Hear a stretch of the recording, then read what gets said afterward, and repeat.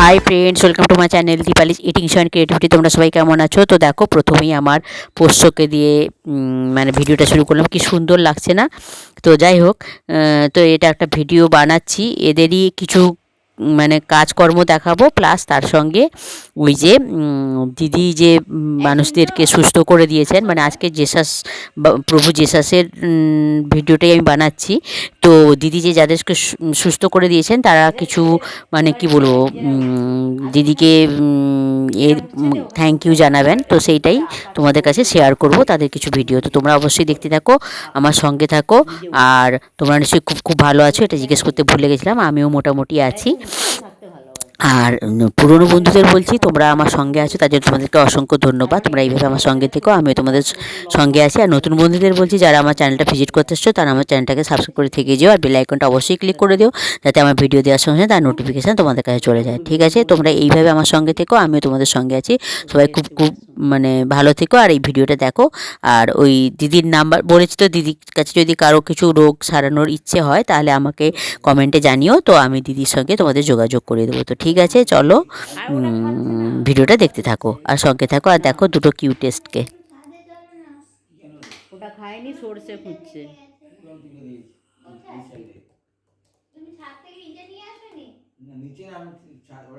ঢাকা দিয়েছ কুলটা? না ঢাকা পড়ে আছে? ঢাকা পড়ে আছে কুলটা? ঢাকা কুলটা বাচ্চাটা খাবে, তার উপরে যাও যাও নিয়ে আসো, যাও। সেও যেমন আর তুমিও তেমন। সে ফেলে দিয়ে এলো আর তুমি ঢাকাটাকে সরিয়ে দিয়ে রেখে দিয়ে এলে। সে ঢাকাটা বাচ্চাটা খাবে, কি বলতে কি মুখ দিবে তার ঠিক আছে? বৃষ্টি এদিকে দরজা খুলেছে বাবা, মানে যে কোনো মুহূর্তে অ্যাকশন হয়ে যাবে।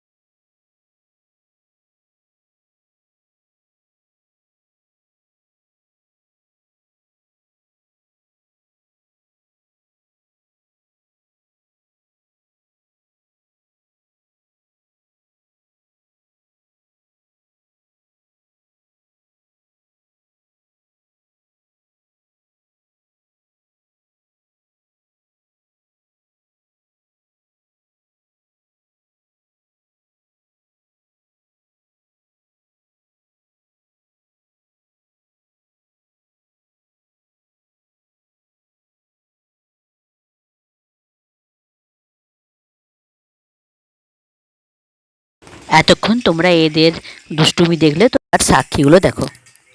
তো আমার ছেলের একদিন খুবই শরীর খারাপ লাগছিল, মানে মাথা মানে গা জ্বর করছে, শরীর খারাপ লাগছে বলছিল। আমি তো দিদিকে বলার পরে দিদি প্রার্থনা করে দেয়, তাতে রাত্রে ও আবার মানে ব্লেসিং, দিদি এখান থেকেই ব্লেসিং করে দেয়। সে তারপরে বলেছিল যে জল খাইয়ে দিতে।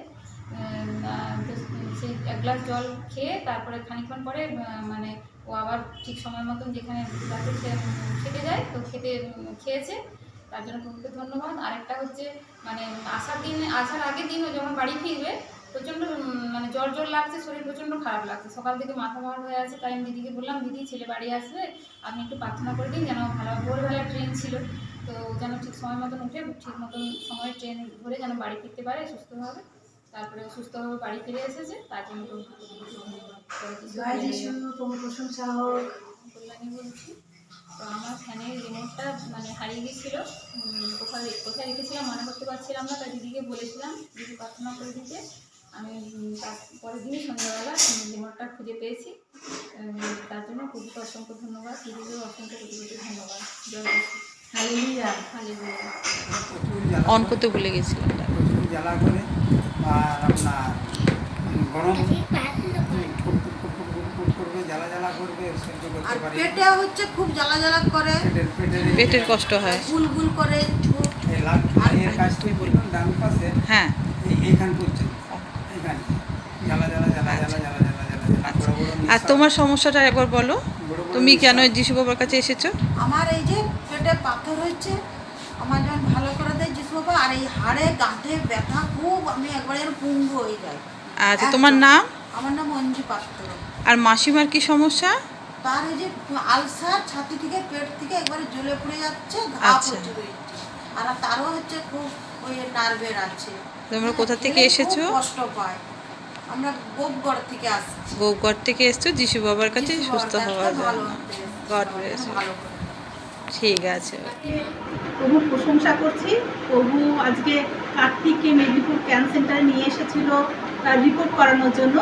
প্রথমেই বাধা পেয়েছে 8টার সময়, যখন সে 8টায় ফোন করছে যে দিদি রাস্তায় অ্যাক্সিডেন্ট হয়েছে, আমরা অনেক দূরে আটকে আছি, তুমি প্রার্থনা করে দাও যেন 9টার মধ্যে আমরা ক্যান্সার সেন্টারে পৌঁছাতে পারি।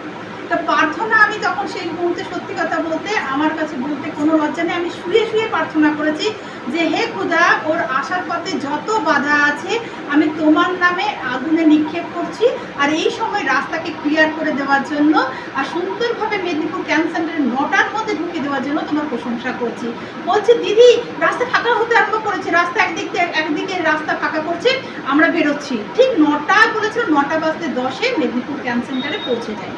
দ্বিতীয় বাধা পেয়েছে ও যে ছেলেকে যখন ঘুমিয়ে গেছে, কিন্তু যখন বেডে নিয়ে তার রিপোর্ট যে করতে হবে তাকে কিছু মাথায় বাঁধা ছিল, সেইগুলো যতবার বাঁধছে ততবার সে খুলে আছে, নড়ে দিচ্ছে, একদম ডিস্টার্ব করে দিয়ে তাকে প্রায় 2 ঘন্টা এরকমভাবে বিরক্ত করেছে।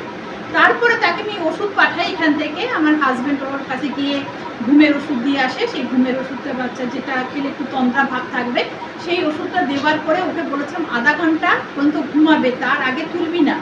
আধা ঘন্টা পরে তারপরে আমরা কি করলাম, ও বললো দিদি এখন কিন্তু অঘরে ঘুমাচ্ছে, তাহলে কি করব? আমি প্রার্থনা করি, তারপরে তুই নিয়ে যাবি।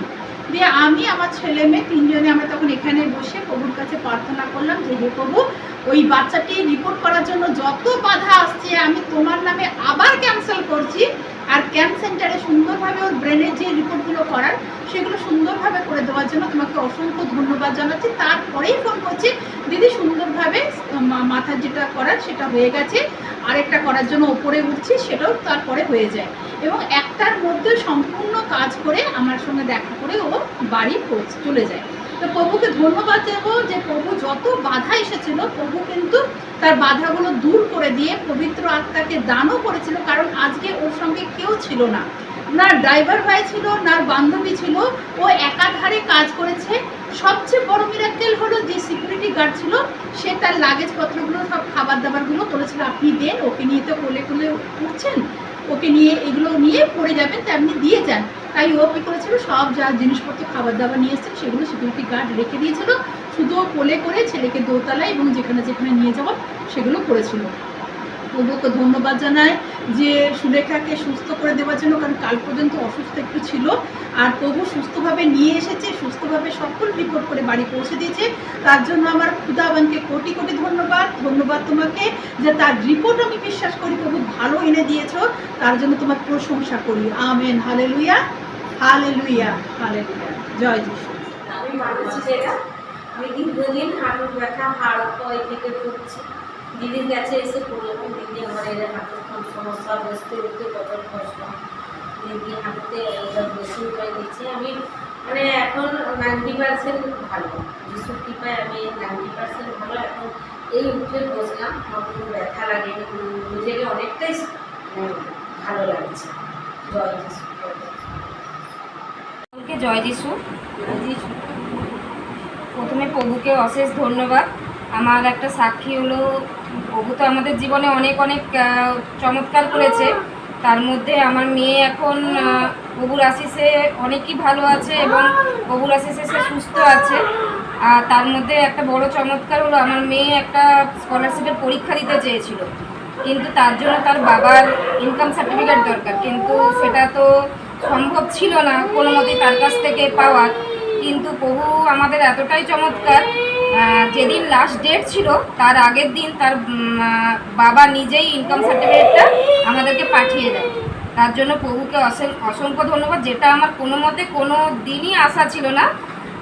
তার বাবা তার মেয়ের সাথে কথা বলে এবং ইনকাম সার্টিফিকেটটাও পাঠিয়ে দেয়। তার জন্য প্রভুকে অশেষ ধন্যবাদ। আমার মেয়ে পরীক্ষায় বসতে পারবে, সাবমিটও হয়ে গেছে।